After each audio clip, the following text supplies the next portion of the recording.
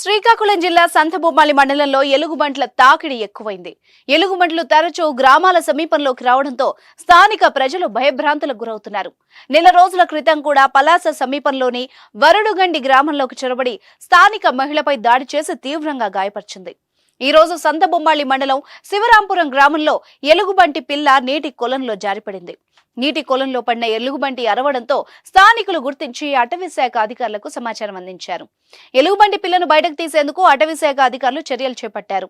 తరచూ గ్రామాల సమీపంలోకి ఎలుగుబంట్లు రావడంతో స్థానిక గ్రామ ప్రజలు భయభ్రాంతులకు గురవుతున్నారు. అన్ని రకాల చర్మ సమస్యలకు శాశ్వత పరిష్కారం ఈ శ్రీత 9281458181. శ్రీకాకుళం జిల్లా సంతబొమ్మాళి మండలం శివరాంపురం గ్రామానికి చెందిన ఒక కొండ దగ్గరలో ఉండేటటువంటి ఒక నీటి ట్యాంక్ లో ఎలుగుబంటి పిల్ల పడిపోయి ఉంది. అది ప్రజెంట్ ప్రాణాపాయ స్థితిలో ఉన్నది. కాబట్టి దాన్ని రక్షించడానికి అటవీ శాఖ అధికారులు దయచేసి స్పందించి దాన్ని రక్షిస్తారని మరీ ఈ మీడియా ద్వారా కోరుకుంటున్నాం.